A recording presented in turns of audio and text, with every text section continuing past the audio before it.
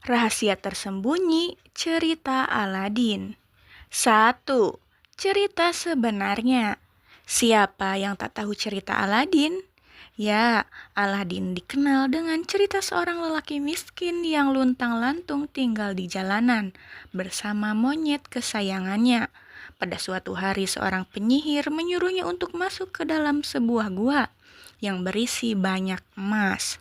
Akan tetapi dengan satu syarat, dia harus menemukan sebuah teko emas untuk diberikan ke si penyihir itu.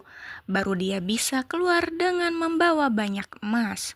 Namun ada sebuah konspirasi yang mengatakan jika cerita sebenarnya Aladin tidak selamat. Sebelum menemukan teko itu, dia sudah terlanjur tertimbun di dalam gua. 2. Aladin ternyata sosok yang pemalas. Di dalam film Disney, sosok Aladin padahal digambarkan sebagai lelaki yang pandai dan baik. Namun nyatanya, Aladin ternyata orang yang malas. Dia hanya tahu menghabiskan waktunya untuk bermalas-malasan dengan bermain-main di jalanan dibandingkan bekerja. Hal ini membuatnya mudah ditipu oleh si penyihir dengan memanfaatkannya untuk menjadikannya kaya raya secara instan dengan memberitahu banyak emas di dalam sebuah gua meskipun nyawa taruhannya. 3. Jin Aladin adalah gambaran masa depan. Diceritakan di dalam film bahwa si jin mengatakan dia sudah terjebak di dalam lampu itu selama 10.000 tahun lamanya.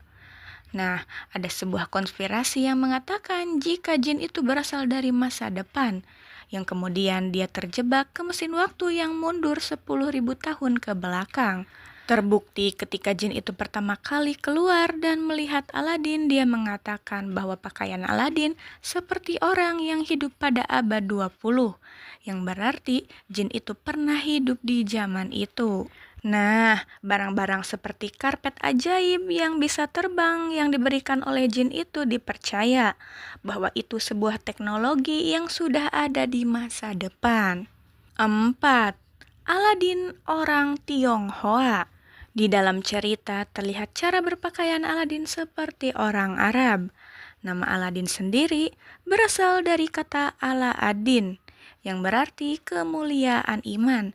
Namun ternyata kisah Aladin ini sebenarnya berasal dari Tionghoa loh.